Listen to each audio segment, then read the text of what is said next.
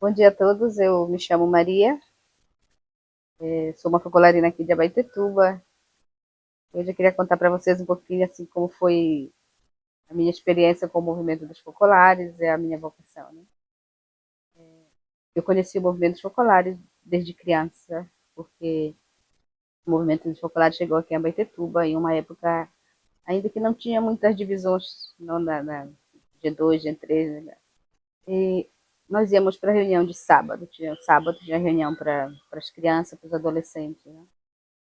Isso é aquilo que governava a nossa vida, porque nós éramos 4 irmãs, que a gente ia sempre, não? E a gente tentava viver também em casa, tarefas domésticas, tudo assim.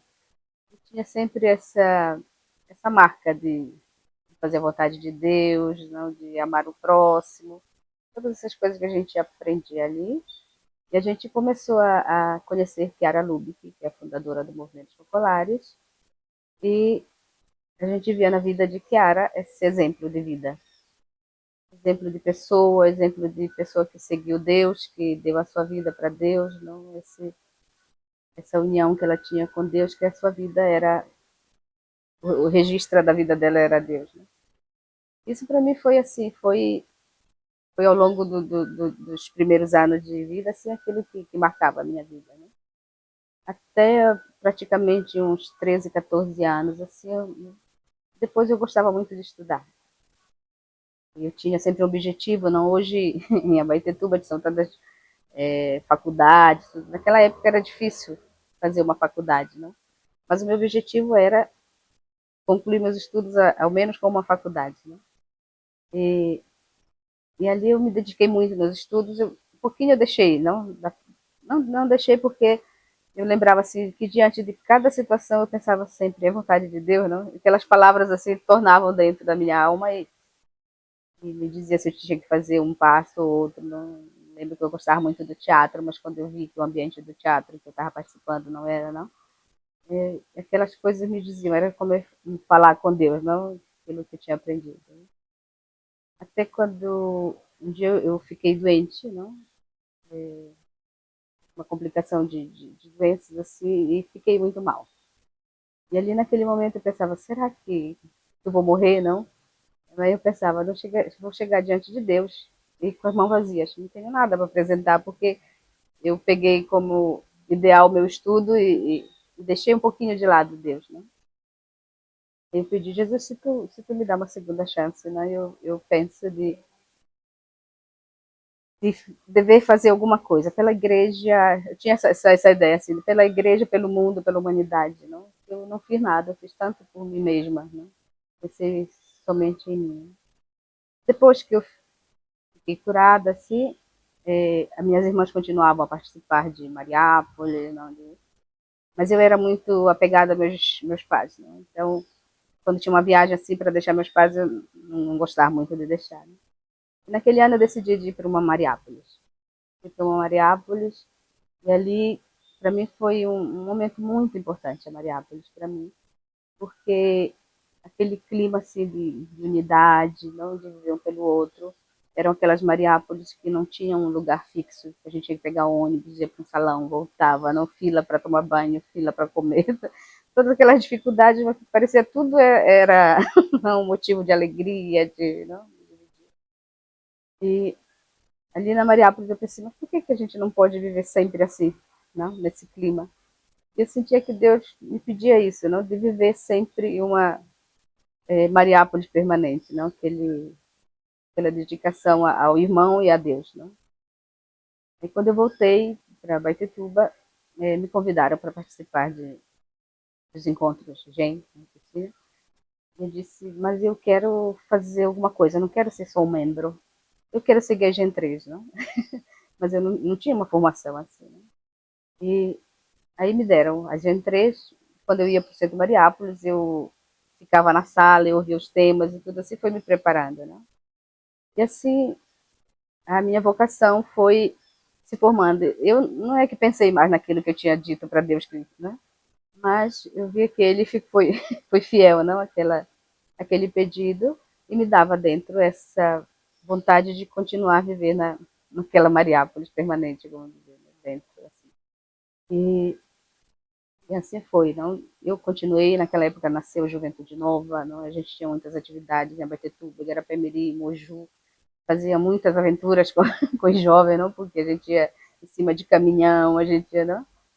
E, mas assim, depois, um dia um DJ perguntou, mas não, tu pensa que tu serás uma focolarina? Mas eu não tinha pensado nisso, não? Mas um dia eu fui convidada para fazer um encontro que era sobre a vocação. E ali eu sentia realmente, penso que Deus quer isso para mim, não? Quer essa vocação. E depois me convidaram para participar em um encontro na Mariápolis de Neta. E ali nós sentimos um tema de Chiara, que ela dizia não, da vocação, e que ela dizia quando vocês estiverem assim na dúvida, pense naquele momento em que foi mais forte para vocês a vocação. Né? Eu pensei, mas eu nunca tive um momento assim. A vida foi diante assim, não?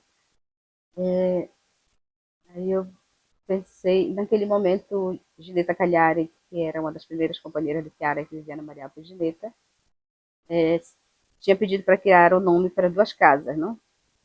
Chiara imediatamente respondeu. Já aquela coisa que Chiara respondeu logo, para mim foi assim, não? Com Chiara, com tudo aquilo que tem para fazer, vai responder logo para a gente, não? E uma das casas, ela deu Quarta Estrada, né? Quando a Geneta leu aquele nome, para mim foi como um choque dentro, não? Como Jesus me dizia, essa é a tua estrada, não? Essa é a quarta estrada. Que é uma quarta estrada porque é, realmente é baseada na história de Chiara, né? Que Chiara, quando entendeu a sua vocação, quando ela falou com o sacerdote disse, ela disse, encontrei a minha estrada, ele disse, qual é a tua estrada? É o casamento? Ela disse, não. É a vida consagrada em casa? Não. Não. É casar? Ser freira? Não. E disse, então é uma quarta estrada, não? Dali não é realmente uma quarta estrada, não é uma estrada que segue Deus assim. Nós vivemos no mundo, vivemos nessas comunidades de focolare, mas trabalhamos fora. Eu, nesse período, trabalhei sempre para a obra, porque eu trabalhei no Centro Internacional do Movimento Focolare. Né? Mas as outras focolarinas trabalham fora, são professoras, são médicos.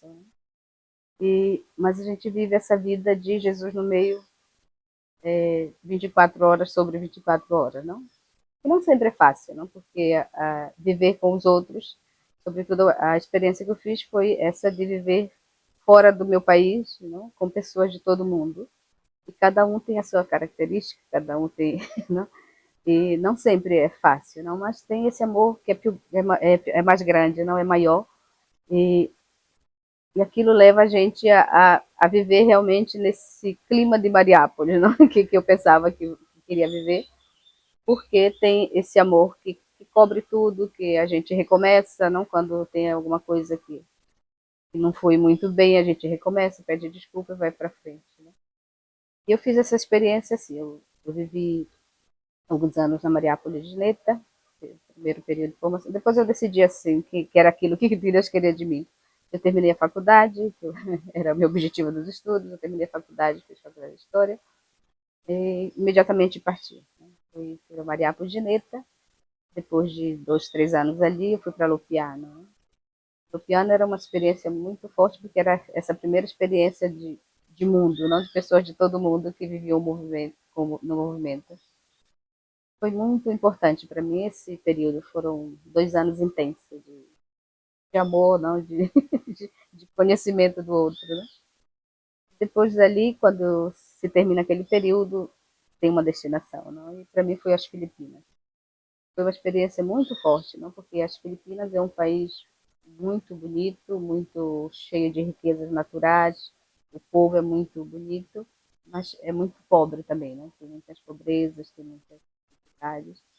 Eu vivi um ano ali muito intenso, muito assim, ter aquela nova realidade que é completamente diversa, diferente da nossa, né? E assim, depois de um ano que eu estava ali, me pediram para vir para o centro da obra, né? Tinha necessidade ali para o centro Mariápolis, que era o centro dos congressos internacionais. Né? E eram épocas em que os congressos eram de 2.000 pessoas, 1.200 pessoas. Assim. E nós éramos um grupo de 42 focolarinas que fazíamos tudo na casa, não? De receber Chiara, que vinha sempre nos congressos, não? A servir o almoço, tudo, a gente fazia tudo, não? Todo mundo fazia tudo, assim se ajudava. Né? E assim eu fiquei ali por 25 anos, fiquei ali. E mudaram, não? Kiara depois partiu para o Paraíso, depois veio o Emaús, depois Cara, agora a Margarete. E foi sempre com essa intenção de viver pela obra, não? Naquilo que tinha necessidade, naquilo que mais servia, não? Depois disso, me pediram, não, depois desse período, assim, se a gente gostaria de fazer uma outra experiência, me pediram para ir para a Síria. A Síria tinha saído do momento de guerra e me disseram assim, olha, tem muita pobreza. Eu disse, olha, a pobreza não me assusta. Para mim é um motivo a mais assim de querer fazer alguma coisa por alguém que está precisando, né? Mas depois começou uma outra guerra no Oriente Médio e depois se viu que não era o momento de um país assim e me sugeriram de ir para a Grécia, não? Então nesse momento agora eu estou me preparando para ir para esse país que eu não conheço, né? Eu vi algumas coisas em YouTube, né? Estou estudando algumas coisas da língua para, né? Porém, para mim a coisa importante é isso, não que Deus me pediu a minha vida. A minha vida nesse momento é ainda tudo, não que eu posso dar. E eu penso que nesse momento Deus me pede isso, eu quero seguir só aquilo que Deus pede para mim. Né? Eu vejo que Ele coloca assim na nossa vida, quando é para ir para um lado, Ele te acompanha. Quando não, Ele te dá uma outra estrada que tu retorna ou não, ou faz uma outra estrada. Todos esses anos não de vida de focolária, de viver assim, eu sinto essa grande alegria, não? Que a felicidade foi muito maior do que as dificuldades, não? E eu sinto, não tu sente de estar distante da tua família, do teu país, tudo, não? Mas que o amor de Deus te cobre com tudo, não te dá aquilo que o Evangelho promete, é realmente, eu posso dizer, é verdade, não?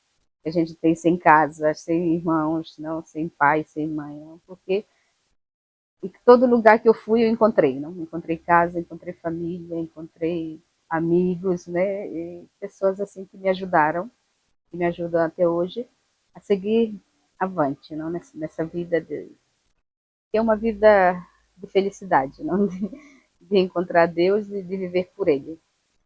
Por nada mais, e todo o resto assim vem de consequência, não? Todo o resto vem. Para mim é assim, não? De agradecer a Deus, não? Tem uma canção no movimento que Kiara conta a sua experiência, que ela diz, quando eu chegar na tua porta, não vou dizer meu nome, vou dizer só obrigada. Não?